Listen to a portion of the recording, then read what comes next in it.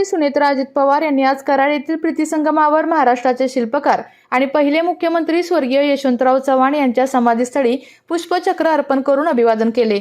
यावेळी मदत व पुनर्वसन मंत्री मकरंद पाटील, राज्य महिला आयोगाच्या अध्यक्षा रुपाली चाकणकर, खासदार सुनील तटकरे, खासदार नितीन पाटील, माजी खासदार श्रीनिवास पाटील, माजी आमदार बाळासाहेब पाटील, जिल्हाधिकारी संतोष पाटील, पोलीस अधीक्षक तुषार दोशी, कराडचे नगराध्यक्ष राजेंद्र सिंह यादव यांच्यासह विविध संस्थांचे पदाधिकारी उपस्थित होते।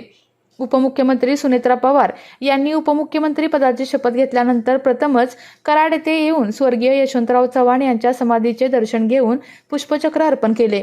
राज्याचे माजी उपमुख्यमंत्री स्वर्गीय अजित पवार यांचे आणि स्वर्गीय यशवंतराव चव्हाण यांच्या समाधीस्थळाचे नातेही अत्यंत जिव्हाळ्याचे होते। ते वारंवार कराड येथे येऊन स्वर्गीय यशवंतराव चव्हाण यांच्या समाधीचे दर्शन घेऊन अभिवादन करत होते। त्यांची आठवण यावेळी उपस्थितांना झाली।